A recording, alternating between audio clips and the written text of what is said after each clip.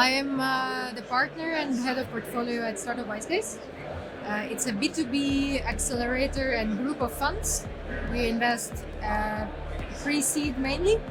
We can invest up to Series A, but pre-seed is our focus and our sweet spot, our core and heart. We're B2B. We're on the market for 11 years. We're born in Estonia, but now we're quite global. We have more than 60 countries in the portfolio and more than 400 investments. And last year we did more than 100 investments.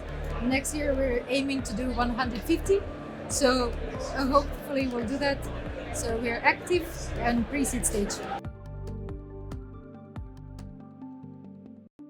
Our call it religion is diversification. So we can invest in pretty much anything that is B2B and software primarily. We started historically from B2B SaaS, but when you invest in pre-seed, SaaS can be freemium tomorrow and SaaS again the day after tomorrow, because there's a lot of pivots, there's a lot of different iterations. But we also have verticals. The strongest one is Fintech, because we started in 2018 with the Fintech vertical. Then we followed with the cybersecurity in the next year, 19, and now we have 6 of them. So it's Fintech, cybersecurity, sustainability, XR, PropTech, Web3, and that's it. I really like and I really believe, honestly, that the most efficient part is the boring one. So most of the results are coming not from the hyped verticals, not from the trending ones, but from the ones that are actually solving the problems. Let me put it this way. I personally see that there's a huge potential in cybersecurity, and this is something that I would hope a lot of people will be even more focusing on. Of course, we can talk about AI as well, which is now everywhere. Yeah. But I think there's a lot of things in cybersecurity that goes under, that should get even more attention. Purely just cutting costs, but cutting costs in a healthy way, because 2021 was an anomaly and overestimated the year. So there was a lot of too large valuations. Obviously, there was a lot of investments, there was a lot of activity, and I think it was also it's in human nature that you follow this easy money and you hire more than you need.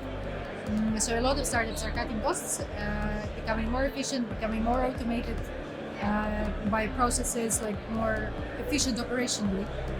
And most of the startups are switching to trying to find the profitability or prolonging their runway as much as they can with cutting costs and focusing more on sales. To be honest, these two things are kind of the main one, the bottom line. I think it's very global and it touches everyone.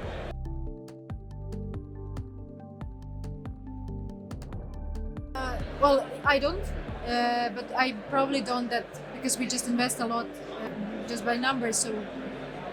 So for us, it's always been a lot. We have to find a lot of startups. So I don't know.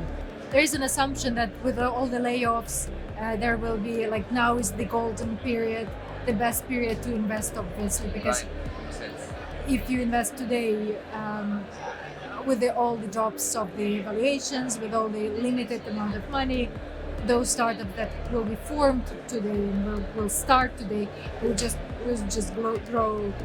Some people, some C-level experts start their own startups. They will and they should as well. So that's the time when if I'm getting out of the comfort zone, that is exactly the time when you start something new. So I hope and I see and I believe that we are, as an early stage investor, yes, it is tough for startups specifically because they're most vulnerable, but they're also the most flexible, because when you don't have 1,000 people team and you can be flexible and adaptable to the market conditions, you can actually survive even better than the larger ones if you are able to adapt and you're able to adjust the conditions. So I hope that we're in a good place, and I believe that we're in a good place as a pre-seed investor as well. So. it might be either a cheesy or the boring answer, but it's always humans. Yeah. Because I've been working before in a seed stage, and in seed stage in just a fund in an angel group, we were just like meeting startups once in a while, so we were not too active in operations.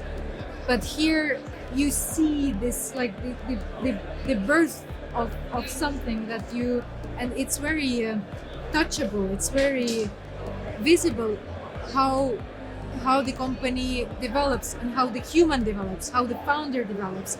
Because many times you work with them. We also run the acceleration programs, right? So we work with them like 5 months, 24/7 pretty much. And you see their changes. You see how they, from having limited understanding how this ecosystem work, or some are coming not from the startup experience, but I don't know, from agency experience, which is very different, from corporate experience, which is very different, and they just change as personalities, and you see. I don't think it's possible on any later stage. So human stories, people's stories, how they end up where they are and how they change over a short period of time, and you see the impact that you actually did as an investor, because it's so early that it's like a butterfly effect. Any small change affects a lot, and the larger company is, the larger the impact must be for you to see the change, right? But here every small advice, every small direction can make such a huge difference. So yeah, to me personally, it's the result, but also like the result, but it's people, to see them grow.